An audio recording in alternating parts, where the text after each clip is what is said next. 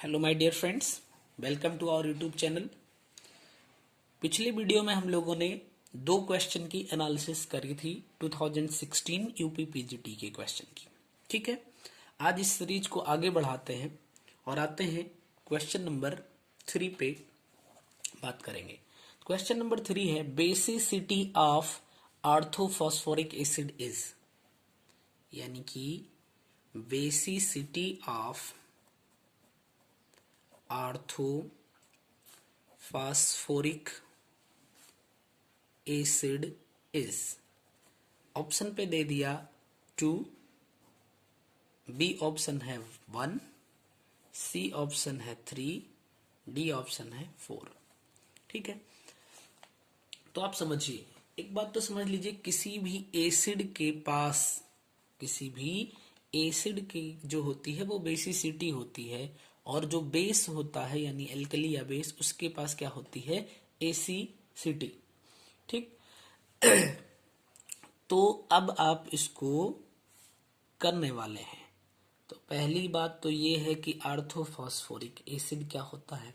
तो orthophosphoric acid होता है H3PO4। ये है आपका ऑर्थोफॉस्फोरिक एसिड।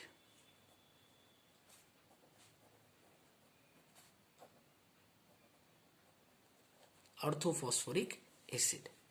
ठीक, अब अगर इसका आप स्ट्रक्चर बनाओ, देन यू गॉट P से डबल बॉन्ड से O जुड़ जाएगा, और उसके बाद 3 O और है, देखो 4 O हो गया है। O की वैलेंसी 2 होती है, तो हर O से आप एक एक H ऐड कर दो। तो आप देखो यहाँ पे 1 OH, 2 OH और 3 OH हो गया। तो आप इसको कह सकते हो कि यहाँ पे जो बेसिसिटी है वो 3 होगी। आप कह सकते हो किसी एसिड के पास जितने रिप्लेसिबल हाइड्रोजन है, ठीक है, रिप्लेसिबल हाइड्रोजन होते हैं, वही उसकी क्या हो जाती है, बेसिसिटी होती है। अब रिप्लेसेबल हाइड्रोजन क्या होगा, अगर हाइड्रोजन किसी मोर इलेक्ट्रोनेगेटिव एलिमेंट से, क्या मोर इलेक्ट्रोनेगेटिव एलिमेंट से अटैच्ड है, तो वो रिप्लेसेबल है। मोर इलेक्ट्रोनेगेटिव मीन जैसे कि मान लीजिए कि वो ऑक्सीजन से, नाइट्रोजन से या फिर किसी हैलोजन से अटैच्ड हाइड्रोजन जो होगा वो रिप्लेसेबल हाइड्रोजन होता है। ठीक, तो आप ऑर्थोफॉस्फोरिक एसिड पे पहुंचे और फटाक से आपने H3PO4 अगर आपको पता है तो आप इसकी बेसिसिटी बता दोगे। बट क्या है, अभी क्वेश्चन थोड़ा सा और भी घुमा के पूछ सकता है। कैसे, समझिए। मान लीजिए उसने H3PO2 का पूछ लिया, या फिर उसने H3PO3 का पूछ लिया, तब आप क्या करेंगे।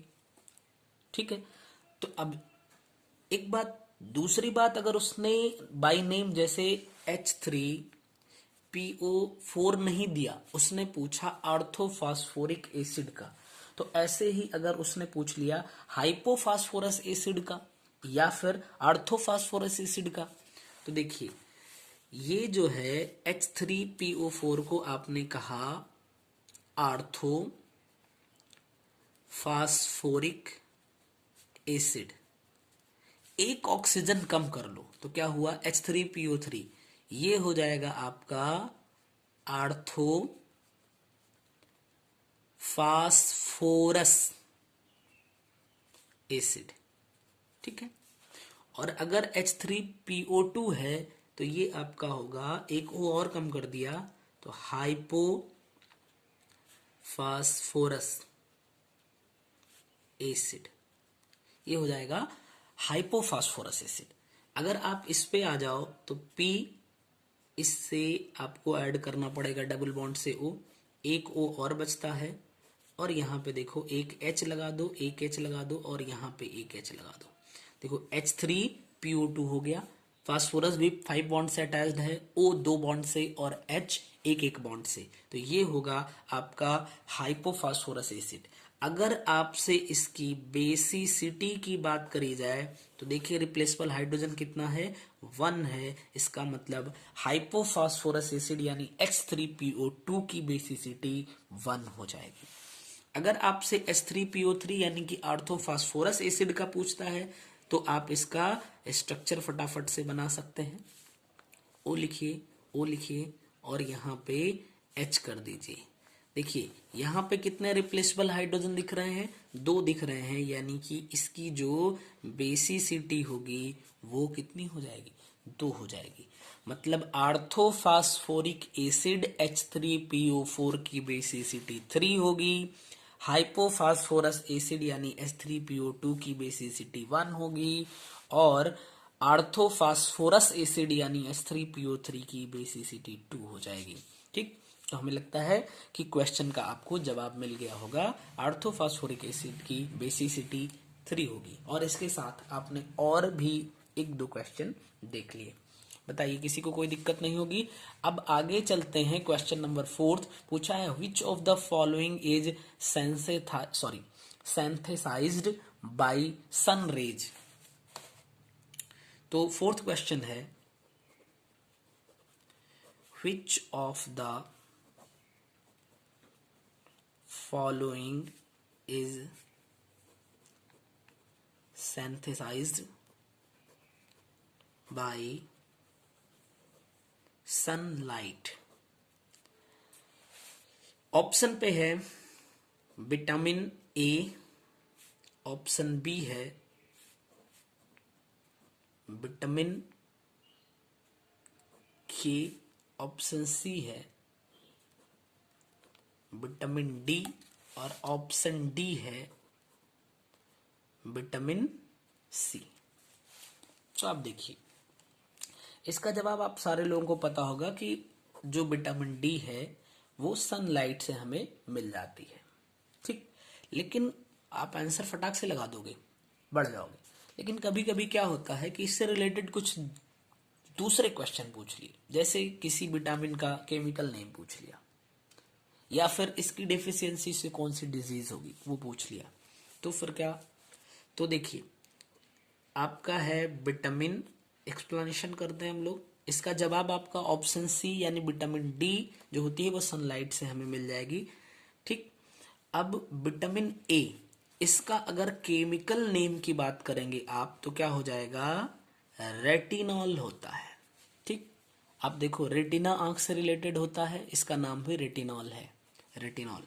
ठीक, यानी कि अब इससे रिलेटेड अगर डिजीज की बात करोगे तो रेटिना आंख में होती है, यानी कि इससे रिलेटेड देखने की प्रॉब्लम हो जाएगी। ठीक, क्या हो जाएगा, नाइट ब्लाइंडनेस। अगर किसी भी व्यक्ति को विटामिन ए की डेफिशिएंसी होती है तो वो नाइट ब्लाइंडनेस से परेशान हो सकता है। दूसरी है विटामिन के, देखिए विटामिन के है दूसरा। तो विटामिन के का जो नाम है फिलोक्विनोन, इसका नाम है फिलोक्विनोन। अगर किसी व्यक्ति के पास विटामिन के की कमी है तो के का काम क्या होता है, अगर कहीं शरीर पे कोई कट लग जाए तो ब्लड वहां से सिक्रीट होगा, तो ब्लड का कोगुलेशन करना यानी कि उसको बहने से रोकना। तो फिर दिक्कत क्या हो जाएगी किसी को, एंटी कोगुलेशन। ठीक, यानी जो कोगुलेशन था अब वो खत्म हो जाएगा, यानी विटामिन के नहीं है अगर किसी के पास या उसकी डेफिशिएंसी है तो ब्लड अगर एक बार कहीं कट हुआ तो ब्लड जल्दी रुकेगा नहीं, फिर बड़ी मुश्किल हो जाएगी। ठीक, अगला है विटामिन डी। तो विटामिन डी का तो आपको बहुत अच्छे से नाम पता होगा कि ये हमारे हड्डियों के लिए बड़ा अच्छा होता है, बोन्स के लिए। ठीक है, तो इसका नाम भी है कैल्सीफेरॉल। हड्डियां किससे बनी होती हैं, कैल्शियम से।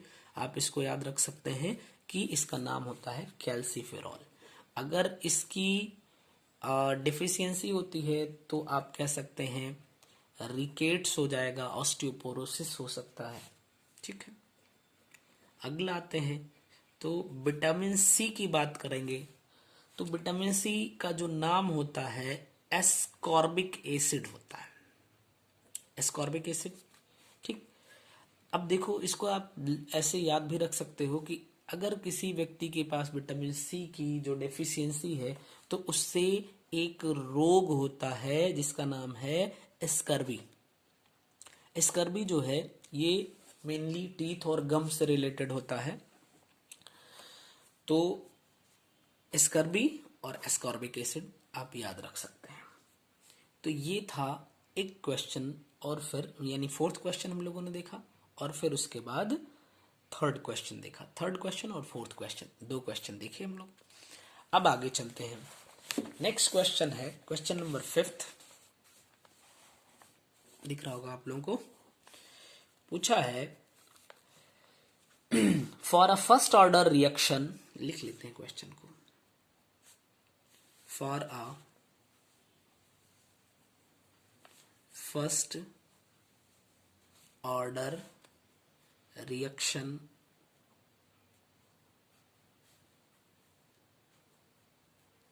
the time t 75%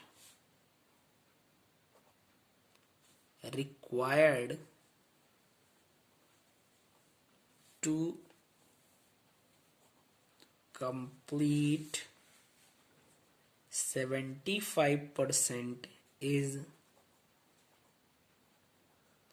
related to half-life period by the expression. First option है t 75% is equal to t half. Option B है इसका t 75% is equal to 3/2 t half. Option C है t 75% is equal to 3 into t half. Option D है t 75% is equal to half into T half. I am sorry, half नहीं, 2 into T half. ठीक है, तो इसका मतलब साफ साफ इसने कह दिया ये फर्स्ट ऑर्डर का रिएक्शन है। तो आप समझिए,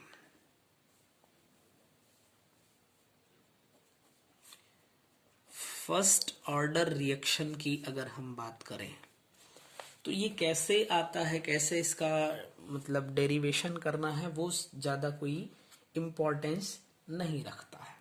ठीक, कोई दिक्कत नहीं है। तो अगर इसके एक्सप्रेशन की आप बात करो तो इसका एक्सप्रेशन क्या आता है, k is equal to 2.303 upon T log initial concentration upon final concentration. यही इसका एक्सप्रेशन बनेगा।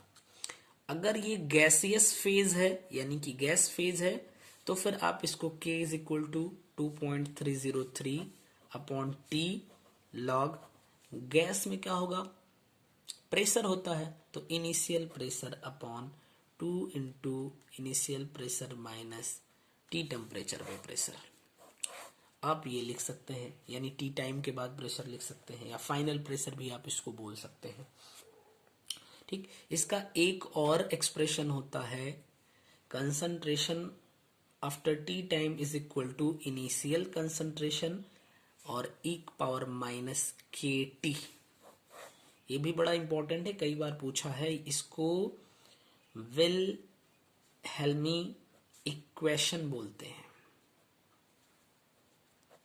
ठीक, अब अगर आप यहां से फर्स्ट ऑर्डर के लिए बात हो रही है तो हाफ लाइफ टाइम की बात करोगे तो t 50% चाहे t हाफ, दोनों बात एक ही है। ये क्या होता है 0.693 अपॉन k। ठीक, 0.693 अपॉन k। अब अगर यहां से आप लिखना चाहो तो देखिए t 50% अपॉन t, क्या कोई भी परसेंटेज हो, 50% से हम कंपैरिजन करना हो, जब ऐसे रिलेशन बताने हो तो हम क्या करते हैं t 50%, अब t 50% में इतना अपॉन के लिख सकते हैं। ऐसे ही x% होगा तो आपको यहाँ पे जो ये लिखा हुआ है इसमें आप वैल्यू रखो। x का मतलब हो सकता है कि 60% है तो यानी कि यहाँ पे x की जगह पे 60% रखो। 100/100 माइनस 60, अगर x 40 है तो 100/100 माइनस 40, तो आप इसको रख के सॉल्व करोगे तो क्या मिलेगा 0.3/log 100/100 माइनस x। और इस इक्वेशन से जब आप जाओगे तो मेनली जो क्वेश्चन पूछता है, जैसे t मान लीजिए 75% का पूछा, तो ये क्या हो जाएगा 2 इंटू टी 50%। अगर ये पूछ लेता t 87.5% का तो 3 इंटू टी 50% हो जाता। अगर ये पूछता t 99.9% का तो ये हो जाएगा 10 इंटू टी 50% का। ठीक है, अगर आप इसको याद रखते हो, शायद दिखा नहीं, अब दिख रहा होगा, अगर आप इस बात को याद रखते हो, देखिए t 75% के लिए पूछा, यानी जस्ट 2 टाइम्स डी ऑप्शन आपका सही हो जाएगा। बोलिए, कोई दिक्कत नहीं ना। एक आध फैक्ट इससे रिलेटेड और देख लेते हैं, जैसे फर्स्ट ऑर्डर रिएक्शन के लिए फर्स्ट कंडीशन की इसके कंप्लीट होने में इनफाइनाइट टाइम लगता है। ठीक है, यानी फर्स्ट ऑर्डर रिएक्शन के कंप्लीट होने में जो टाइम है वो इनफाइनाइट टाइम लगेगा। अगर एवरेज एज इसके लिए कैलकुलेट करनी हो तो एवरेज एज को हम लैम्डा से रिप्रेजेंट करते हैं, जस्ट रेसिप्रोकल ऑफ कांस्टेंट। ठीक है, तो आप इसको लिख सकते हो t 50% अपॉन 0.693। अभी k की वैल्यू आपने निकाला था फर्स्ट ऑर्डर के लिए, क्या 0.693 अपॉन टी हाफ, तो आप यहां से इसको लिख सकते हैं, यानी lambda is equal to 1.44 into T 50%। अगर एवरेज लाइफ बतानी होगी तो आप क्या करोगे, टी 50% में 1.44 से मल्टीप्लाई कर देंगे, कोई दिक्कत नहीं है। कई बार एक चीज और पूछता है कि रेडियो एक्टिव डीके, तो रेडियो एक्टिव डीके जो है ये किस ऑर्डर का रिएक्शन होगा, तो इसका जो ऑर्डर होगा वो फर्स्ट ऑर्डर रिएक्शन होता है, फर्स्ट ऑर्डर रिएक्शन होगा। रेडियो एक्टिव डीके जो होगा वो फर्स्ट ऑर्डर रिएक्शन होगा। तो अगर फर्स्ट ऑर्डर रिएक्शन है, इसके लिए हम एक्सप्रेशन यानी कि कांस्टेंट के की वैल्यू फाइंड करना चाहें तो हम क्या लिख सकते हैं, 2.303 upon T into log n0 upon ne। ठीक, बताइए, ये इनिशियल क्वांटिटी हो जाएगी और ये अपॉन बाद में रिमेनिंग क्वांटिटी हो जाएगी। तो आप फर्स्ट ऑर्डर रिएक्शन से, और वैसे मैं बताऊं मैंने लगभग 2000 के, 2002 के, 2003 के, 4 के, 6 के, 9 के, 11 के, और उसके बाद फिर 13 एंड 16 का जो पेपर देखा, उसमें मेरे हिसाब से फर्स्ट ऑर्डर का रिएक्शन ही पूछा है या उससे रिलेटेड क्वेश्चन पूछे हैं। सेकेंड ऑर्डर कहीं कहीं पे थोड़ा सा जीरो ऑर्डर का भी जिक्र है, सेकेंड ऑर्डर और थर्ड ऑर्डर के रिएक्शन से रिलेटेड क्वेश्चन फिलहाल इसमें देखने को नहीं मिले। ठीक है, हो सकता है काद हो जहां पे मेरा ध्यान ना गया हो, बट मुझे लगता है कि नहीं पूछा गया है। ठीक है, तो यानी कि फर्स्ट ऑर्डर रिएक्शन से ही रिलेटेड, उसके हाफ लाइफ टाइम से रिलेटेड, या फिर रेडियो एक्टिव डीके से रिलेटेड, या फिर एवरेज एज से रिलेटेड ही क्वेश्चन पूछे गए हैं। ठीक, तो मैंने सारी चीजें इसमें इंक्लूड कर दी हैं, यानी कि अगर आप केवल इस एक क्वेश्चन की बढ़िया से आपने एनालिसिस देख लिया और समझ लिया और इसको आपने नोट कर लिया, तो मुझे उम्मीद है कि फर्स्ट ऑर्डर रिएक्शन से इस टाइप के कोई भी क्वेश्चन मिलेंगे तो आप उसको कर ले जाएंगे, वहां पे आपको दिक्कत नहीं होगी। ठीक है, तो आज के लिए इतना ही करते हैं। नेक्स्ट क्वेश्चन से, यानी कि क्वेश्चन नंबर ये 5 था, तो 6 नंबर क्वेश्चन से नेक्स्ट वीडियो में हम लोग डिस्कस करेंगे। आप चैनल पे नए हैं तो सब्सक्राइब कर सकते हैं, अगर आपका कोई सजेशन है तो आप कमेंट कर सकते हैं, उस पर बिल्कुल मैं ध्यान देने की कोशिश करूंगा। ठीक है, तो चलिए आज के लिए इतना ही, थैंक यू।